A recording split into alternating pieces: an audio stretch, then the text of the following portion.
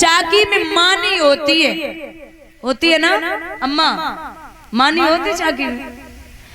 मानी में अगर चाकी में आप बेजर डालोगे, गेहूं डालोगे तो वो पिस जाएगा, लेकिन अगर जो मानी में फंसेगो वो पिसत ना है, वो बची जाते है। तो ऐसे ही भगवान कहते जन मानी वो तो बची गो, जन ना मानी वो पिसी गो। बोलिए गोविंद भगवान की। क्योंकि यहाँ लोगों को अपनी अपनी पड़ी है। जब हम और आप दुनिया में आए थे तो कितने पैर थे? 2। जब दुनिया में आए थे तो कितने पैर थे? 2 पैर थे। आकाश में उड़ो, चाहे जा रहा हो, चाहे जैसे घूमो। और जब शादी हो गई तो कितने हो गए? 4 पैर होते पशु के शादी होते ही होते खूंटा से बंध गए। अब 2 बच्चा हो गए, कितने पैर हो गए? 8 पैर होते मकड़ी के जिंदगी भर जरा बनाते रहो, फिर वह जरा से निकलवे वाले ना हो। दुनिया में परिवार में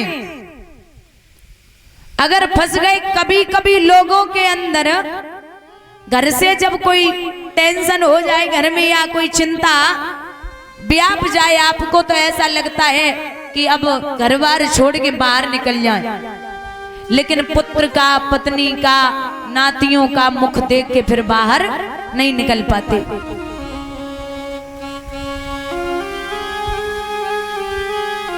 एक जेलर ने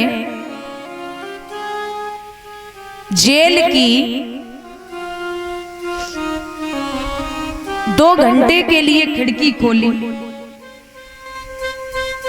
और जब खिड़की खोली जवाब दिया जितने भी कैदी यहां पर हैं 2 घंटे के लिए खिड़की खोल रहे, जितने यहां से निकल जाएंगे 2 घंटे में वो हमेशा के लिए रिहा हो जाएंगे, उन्हें रहने की जरूरत नहीं है। खोली गई खिड़की, एक निकला, दूसरे वाले ने खींच लिया, बोले कहां जा रहा? हमारा नंबर, हमें पहले निकलन दे। दूसरा निकला, तीसरे ने खींच लिया, तीसरा निकला, चौथे ने खींच लिया। बराबर 2 घंटा है गए महाराज, खिड़की बंद हुई। और जब खिड़की बंद हुई है तो जेलर साहब ने आवाज लगाई, कोई निकला? अंदर से आवाज आई, महाराज एक ना निकलो। क्यों? क्योंकि उन्हें अपनी अपनी पड़ी है। यही इस मृत्यु लोक में लोगों को अपनी अपनी पड़ी है। भगवान बोले अब सबको देख ले, बस थोड़ी देर का और है। पृथ्वी आकाश तो हिलन लगे और वो महाघोर संग्राम हुआ। आखिर नरहरि के हाथों से निश्चर का काम तमाम हुआ। जब हिरण्याकश्यप मारा गया, भगवान की बड़ी सी जीभ, बड़े बड़े नाखून, खून गिर रहा है, तो देवी देवतागण पीछे हटने लगे। लक्ष्मी मैया बोली क्या बात है, सब भाग रहे भगवान को देख के, कछु उपद्रव है गो का? तो भगवान के पास में लक्ष्मी चली, जवाब दो, हम देख रहे कैसी गुस्सा में। एक कहावत है कि पति चाहे कितने भी गुस्से में क्यों न हो, औरत सज धज करके एक बार मुस्कुरा दे, सब गुस्सा शांत।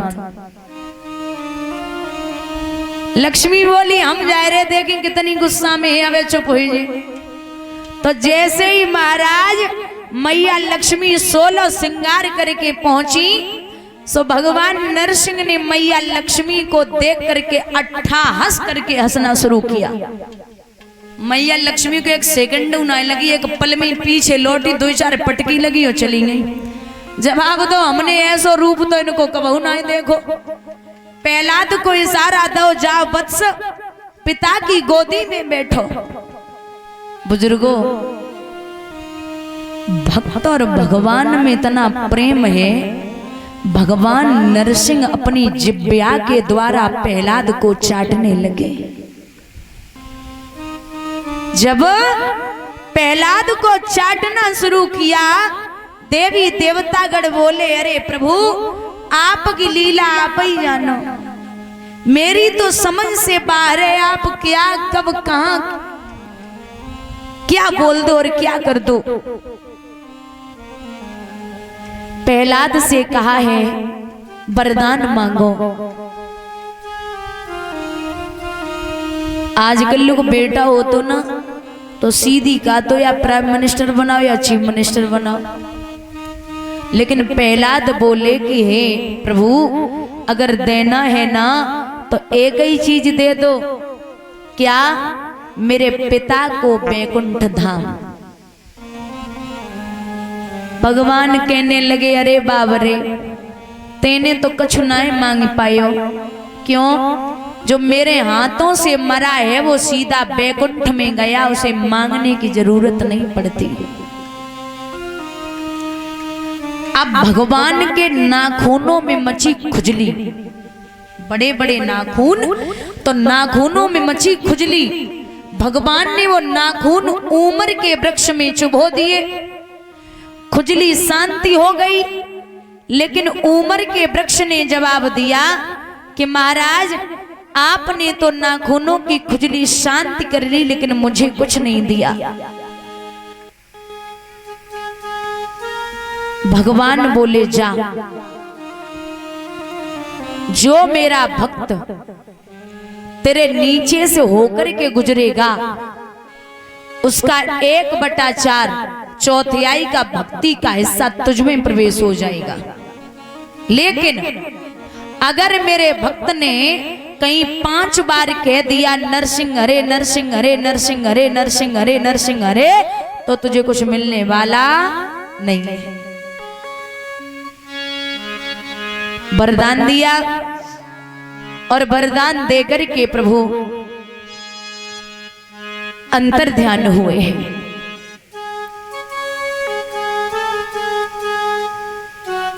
सूत जी बोले सोनकादिक ऋषियों, प्रहलाद की तीसरी पीढ़ी पर, प्रहलाद की